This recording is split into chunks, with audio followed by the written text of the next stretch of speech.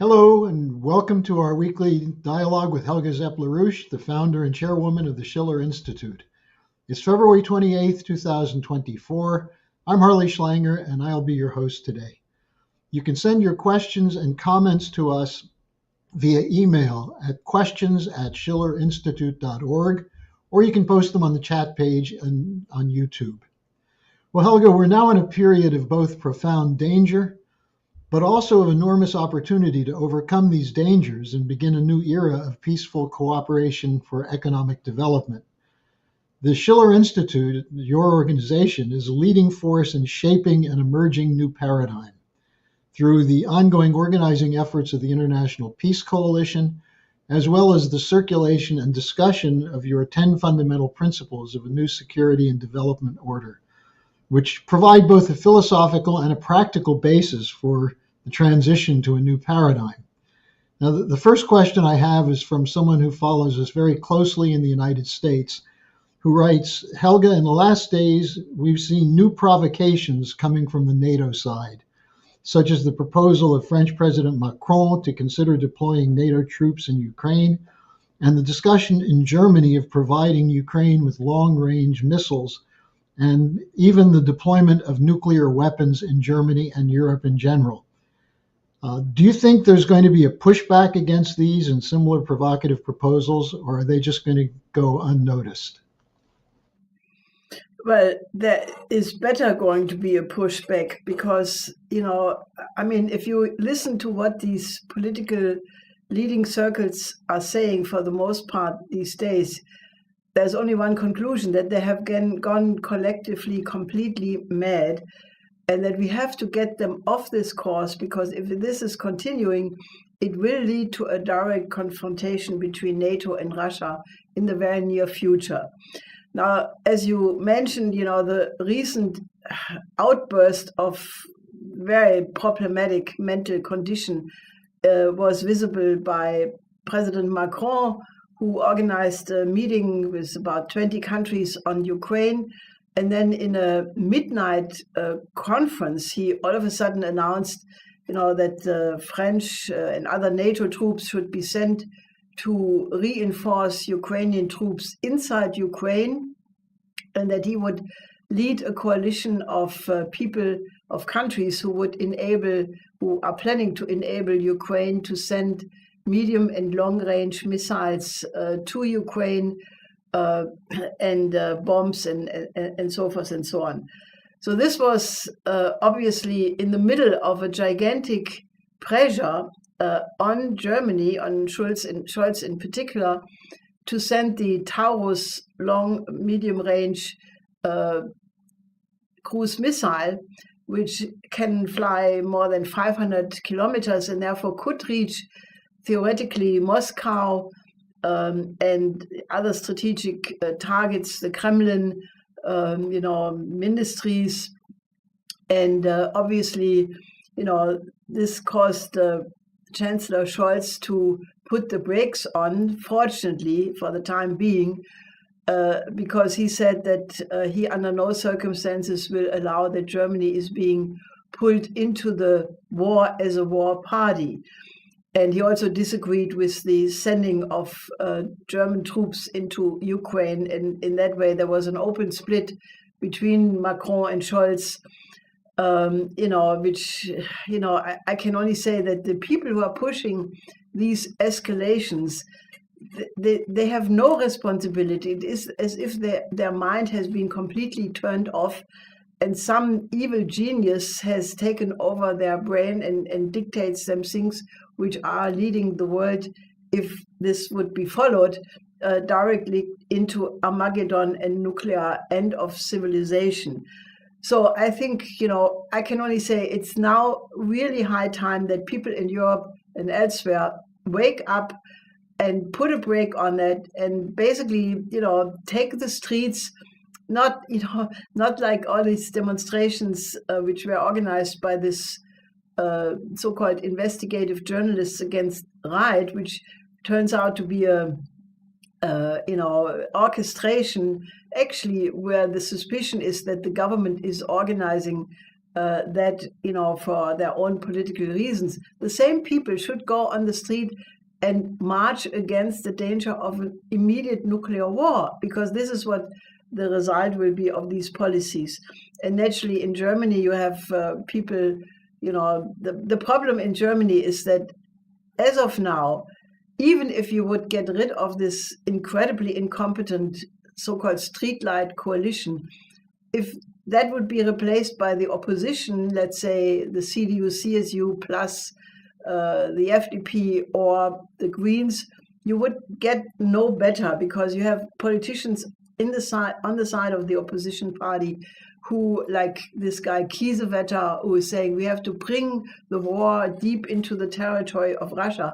I mean, these people are playing with, at this point, the strongest nuclear power on the planet. So are these people completely gone bananas? I mean, that's the only explanation one can have. And therefore, where are the adults in the room who basically stand up and tell them that this has to stop? Because this is more than sleepwalking into World War III. This is going with a full hooray, jumping into the catastrophe. So I can only say, if you are listening or watching this webcast, join our International Peace Coalition. We are meeting every Friday in a Zoom call, and we are discussing what actions can be taken. I mean, the purpose of this International Peace Coalition is the effort to unify the international peace movement, because there are many people fighting for peace, but so far they're not really well organized, working together. And we have to get a stronger peace movement internationally, because it is very clear that the discrepancy between what the governments are pushing for whatever reasons, any sane person really cannot understand it, that even if you follow your personal greed and prestige and privileges, you cannot risk the existence of the entire civilization by doing what they're doing. However, there is an incredible discrepancy between what these policies are pushing, these politicians are pushing, and what the population is experiencing. Because from many discussions I had in the last several days, people are generally freaked out.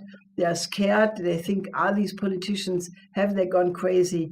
And therefore, the only answer is, don't just say that, mobilize with us, with the Schiller Institute, an international peace movement which can stop this. Well, from the questions I've been receiving, it is clear that people are really focused now on the war danger as never before. Maybe it was the hoopla around the second anniversary of the special military operation or something, but let me give you some of these questions. We have one from Nigeria. Person writes, under the Biden administration, the U.S. seems committed to funding a permanent war against Russia and Ukraine, and full support for Israeli Prime Minister Netanyahu's goal of driving the Palestinian population out of Gaza and the West Bank. As in previous cases in Iraq, Afghanistan, and so on, the U.S. has, in the eyes of much of the world, been complicit in war crimes. Is it possible that this time the U.S. will be held accountable? Well, I can only say that there are certain legal moves. There has been one case in California, which, however, was refused by the court, because they said that there is a division of powers, and therefore the jurisdiction or the judiciary cannot rule on the executive. So I think that case did not go anywhere. I think the results of the World Court of Justice, the International Court of Justice in Den Haag, I think on Monday they came to a conclusion of their demand from the 26th of January, from the complaint of the South African government. However, to my knowledge, this has not yet been made public. And the longer complaint from the UN General Assembly from 2022 also is not yet public, and it may take more weeks and months, maybe even years. In any case, it's not conclusive. as far as I know. Then there is a new case in Holland where somebody sued that the Dutch government cannot send weapons to Israel because they would condone or possibly condone genocide. So where this case is going, I don't know, but I think there was a certain amount of ruling. And similarly, there are efforts, but I think that the legal cases, are not really promising to be in time. These cases should, proceed. But I think what is needed is really a general discussion because, I think that the reason why these escalations are taking place is because the establishments in the north realize that their system is clearly rejected by the global majority. I mean, it's a blowback, rather than investigating themselves and saying, why are these policies failing? Sanctions, for example, the unilateral sanctions without UN Security Council approval, which, the United States and the European Union very generously distributed against many countries, it has caused a blowback because, it was recognized that these sanctions, like the Caesar sanctions against Syria or the sanctions against Afghanistan or the many other countries who have been sanctioned, the aim always was causing regime change to topple mostly elected governments. And, the countries of the global south look at that and they say, well, if that's what we get, then that is not what we want. The interventionist wars, the so-called right to protect wars, the same thing. These wars resulted in enormous casualties. Millions of people died or were replaced. Now, the global south looked at that and said, well, if that is what we get when we work with these countries, we rather go, with countries where we have a benefit, like China and the BRICS in general. So rather than, recognizing that it is their own doing which caused all of that, they keep insisting, that they're the good ones and the other ones are the bad ones. And I think we have to really find a way of how to reconcile the supposed conflict between the global north and the global south. Because if you really look at it, we're sitting in one boat, and the danger of a nuclear war makes that more clear than anything else. And we have to stop geopolitics, and we have to go to a cooperation among Europe, the United States, the BRICS countries, the BRICS Plus, and the global south. And, given the fact that the establishments are opposed to that, I think it requires a much broader discussion. Maybe we have to bring this whole issue into the UN General Assembly. Maybe there have to be found different fora to discuss the need for a new international security and development architecture, maybe first on the level of universities or on the level of think tanks or other convenient fora.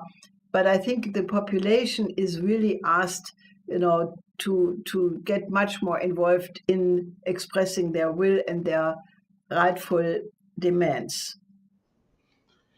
As you mentioned, the International Court of Justice just completed a week of hearings on a motion to expedite action on the provisional measures, which doesn't appear to have happened yet. But we have a question from South Africa. The lack of response from Western governments to dire forecasts of mass starvation and death from disease is astounding. Do they not hear the cries of children or see the despair in their mothers' eyes? Well, apparently not. Anybody who wants to know what is happening in Gaza has plenty of opportunity to find out. I was just reading this morning a report from a man who is describing how, because of a complete lack of food, the entire little energy people have is spent to somehow desperately find a meal for themselves, their family, how they have less and less to eat, even if, it's maybe only grain, but then the grain is no longer available. They have absolutely nothing. They go to their families and they have the same situation.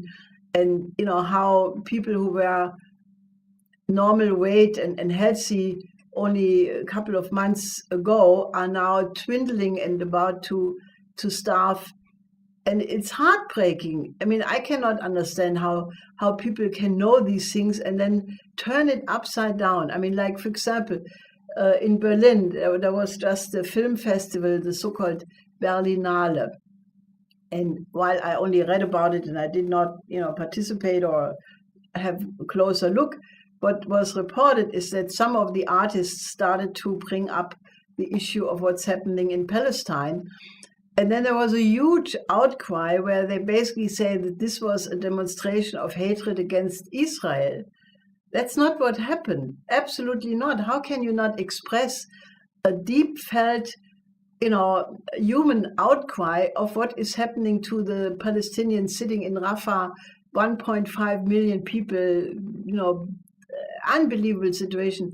That, if you cannot express a human sentiment anymore, feeling with these people, we are losing all humanity. And that is what is really an issue here, because, and I only want to compliment the South African government. The government, have taken the course of the morality of humanity. And it is a symbol of where we are, that it was not one of the beautiful, global north and, the rules-based order who had the moral dignity to take up the issue. It was the South African government. And, I think that is a sign of the time, that the leadership, the moral leadership at this point, is coming from the global South. And that's the reality. And, if the global North wants to remedy that, they have to really hurry up and shape up, because, the history is the court judge. Here's a question from a regular viewer, Debashis. He writes, doesn't the European Union-UK war drive show that the elites and military-industrial complex are actually afraid of their people, as they're having to use fear and war economy to dominate the political narrative? Oh, yes, absolutely. I think you just hit the nail on the head, because the whole game is the control of the narrative. If you listen to certain radio programs or TV programs, they have now moved to, even so-called entertainment. Some stupid, program on religion or children questions. It is all used to make sure the narrative is the official NATO narrative. And if you have any different view, and for example, if you say the Ukraine war should be settled through dialogue because the Ukrainian country is being destroyed, the people are dying, many people have died already, and there should be a stop, you are being called, a Putin sympathizer. I mean, anybody who is not a complete moron can see right now that war cannot be a means of settlement of political issues. In the age of nuclear weapons, war should be ruled out. And we are right now in two situations, Ukraine and Southwest Asia, where regional conflicts are immediately implying the danger that they could develop into larger regional conflicts or even a global conflict, at the end of which nobody would survive. So I think we have to break out of this effort to put a muscle on everybody by, just saying that we need a complete shift. The Chinese, for example, have already way back made a very comprehensive 12-point proposal for a peace settlement in Ukraine. That has been flatly rejected by the West, but I think it's urgent time to go back to that, because China has proven to be the one country in this conflict who was very balanced, who was even-handed. They have good relations also to Ukraine. They would have to play a major role in the reconstruction of Ukraine, which in the best way would happen if the new Silk Road is extended.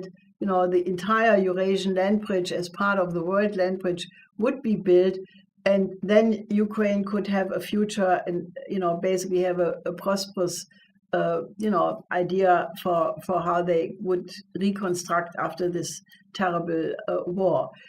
So I think it's definitely something which, the effort to, it's almost like 1984. You are reminded of George Orwell, and that if you don't please the truth ministry, you're getting targeted immediately by all kinds of operations. But, I think even the people who are doing that, they should reflect that they are not going to profit of it, because we will all be dead as a result of these policies. Well, you mentioned the control of the narrative and the pushing of the NATO view. There was an absurd scene today at the European Parliament where the widow of Navalny came in and basically called for Europe to go to war with Russia. And she was greeted by lusty cheering from the deranged members of the European Parliament. Now, we have a question for you, Helga, that actually two questions from Southwest Asia regarding Gaza. One is from Faisal, who writes, why is Biden underestimating the power of the Arab countries regarding Gaza? And I'd like to know if you think that's the case. But the second question from Algeria is, do you think Biden is taking for granted Arab passivity? Couldn't that become a big problem for the West? Well, I think it is. And I think the only remedy is what we have discussed already in previous programs. If you have not seen yet our 14-minute video on the Oasis plan for Southwest Asia, you should definitely look at it. Because what we are doing right now is we are circulating this video really globally, in the hope that this would become a topic in the pro-peace demonstrations. Because it's not just enough to basically be for an end of the war, but the only way how you can have a realistic perspective is if you have a plan for an economic reconstruction after the war ends. And then, basically hope that the neighbors of Israel and Palestine would all, put their weight in. And if they decided, they would have a lot of weight after all, of the major oil countries. Several of them are now parts of the BRICS. You have Saudi Arabia, the Emirates, Iran, who are now parts of the BRICS. And they could, bring in their weight together with the other Gulf states, and basically, make sure that there is enough pressure to implement the Oasis plan. I think if people in the streets would demand the Oasis plan, so that basically you create an environment where, the United States, basically, they're in an election campaign, and they have to think what they do. The last report was in the election in Michigan.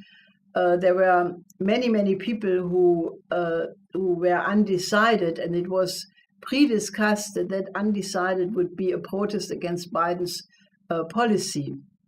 So there are means, but I think it does require more action on the part of everybody, because this is the test of humanity. Everybody, the Arab nations, the other nations of Southwest Asia, like Turkey, and there are many people who are acting, but they all have to get on a much higher level. And the United States, in the final analysis, is the one country on which everything depends. Because if the United States would, basically say, you either go for a peaceful settlement, or else we will not send weapons and financial means, it would occur. So the real ball is in the park of the United States. So I can only ask people, look at this Oasis plan, because that is the way out. If we would get all participants to agree that we need to have a positive, hopeful perspective where everybody can live and everybody participates. I think that's, in my view, the only way out of this crisis. Here's a question from a blogger who has a blog that focuses on the security state. And he writes that the New York Times article on CIA coordination with Ukraine's neo-Nazis going back to 2014, should surprise no one, especially not people in the LaRouche organization. But why do you think it was published now? Does this show that some are looking for a way out of the Ukraine war? Well, I think whenever the New York Times publishes something from the CIA, one should not assume that it is a leak. One should assume that it has a purpose and that it is, designed to push a certain policy. So I definitely think that this is more like an announcement of the policy, and therefore, the question is really how to get a shift in the situation, which can only come through a coordination of international forces acting together. Okay, and here's a question from a viewer in Pakistan. He writes that it's clear that the U.S. was involved in the attempt to keep Imran Khan out of the government, and that this is a very dangerous operation which is getting very little attention in the West. Do you have any thoughts on it? Well, I think there are reports, I think from one ambassador who reported that he was pressured by the United States against Imran Khan.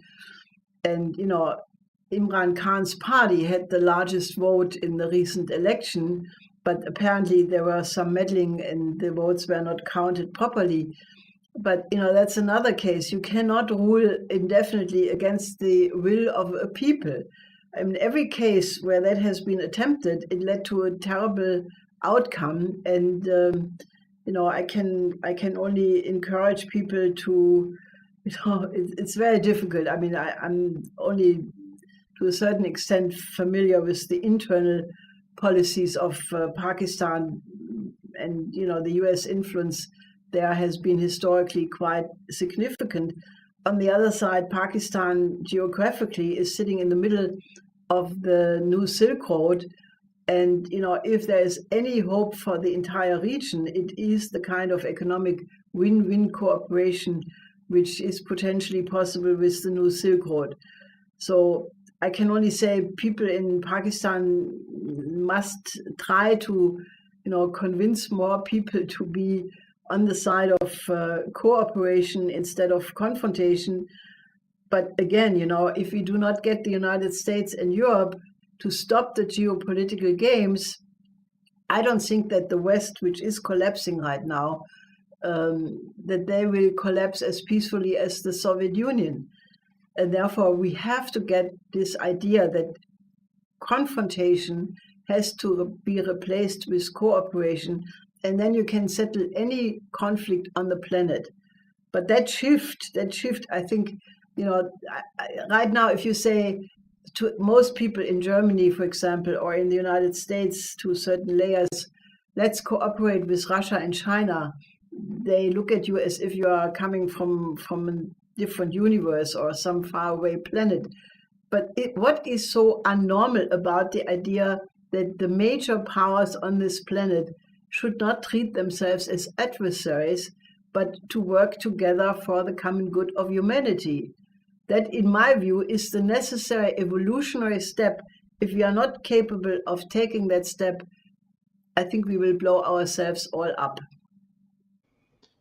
And Helga, we have a note about the self-immolation of Aaron Bushnell in protest of the genocide in Palestine as a man of conscience, but a sad loss. I was asking if you have any comments on what he did. Well, I did watch this video yesterday, and I must say I really felt sick in the stomach because it was so unbelievably strong. And I think when he says, that is what the Palestinian people experience every day, I think people should listen to him. I know that there was an immediate campaign to vilify him and smear him and so forth. But, I know nothing about Aaron Bushnell, but what I saw on this short video was so heartbreaking and so strong that I only can wish that everybody takes the nerves to watch it and do not push it aside, think about it, because obviously for somebody who, is 25 years, he was an air pilot, so he cannot be that deranged as some people try to make it think, because he was obviously in the middle of being an active duty American patriot. So think about it. And, in a certain sense, I think that the message has to be taken to heart. I have a final question for you from a young person who wants to become an activist, but says that growing up in this world, it's very hard to know what's really happening. And she asks if you have any advice as to where to turn to become more qualified to take leadership in moving the population out of this decaying system. Well, that's a very good question, because I think, if I would be a young person at this point looking at what offers are there, war in Ukraine, war in Southwest Asia, general doomsday perspective, I would really be very thankful if somebody would answer that question. And my answer is, you have to qualify yourself. You have to, in the world where disinformation is, fake news are being used, obviously by everybody, but it is definitely used in the West to control the narrative, to not ever invite Russians to conferences anymore. You don't hear what people think in China. You don't hear what people say in Africa and Latin America. So you have to qualify yourself to have the demand on yourself to be able to judge if something is true or not. Now, one very good way is the Schiller Institute, we publish a lot of things, and you can look at that for a while and then compare it to what is in the mainstream media and form your own judgment. You can also, go to other newspapers, go to read the newspapers of, the Arab world, India, African countries. Try to talk to people from other continents and other countries. Try to, be your own independent judge, also by learning things, learn about philosophy, learn about Plato, Leibniz, Confucius, many others, but try to, what Schiller did, for example, I always thought very useful. He was extremely gifted naturally. He had an excellent school, despite the fact that he thought the school was horrible. But what he did in the rest of his life, he always would say, okay, I have to conquer a certain area of knowledge, like philosophy. Then he was very competent on that. And he said, the next topic is history. And so he moved from one area to the other, always having the aim to at least know the topic in its essentials to be able to judge things. And that way he accumulated over the course of his unfortunately much too short life enormous amounts of what you call in German Geistesmassen, thought objects, ideas. And it is the beauty that if you accumulate more and more of such concepts and ideas, that they resonate and you start to see connections and you make a holistic view and you start to get an overview, which you would never get if you just read this item here and that item there. But if you go about building your own knowledge with a systematic approach, you can make enormous progress in a very short period of time. Well, Helga, thanks again for joining us this week. I would suggest as well that people should ask the people they know at the Schiller Institute or write to the Schiller Institute to get information on the weekly International Peace Coalition activity. And you can work with that and become a part of it wherever you are in the world. So Helga, thanks again. Any final words? Well, it is a very challenging moment, I mean, as a matter of fact, being an old warhorse, I still say, is this possible that these leaders, so-called, are pushing us to the brink of World War III? But they are. So I think the only response to that is get mobilized, get active with us. Don't sit on the fence, because only if a large number of people, large enough to move things, that we can stop that. And you are absolutely crucial to be part of that. Okay, with that, we'll see you again next week. I hope so.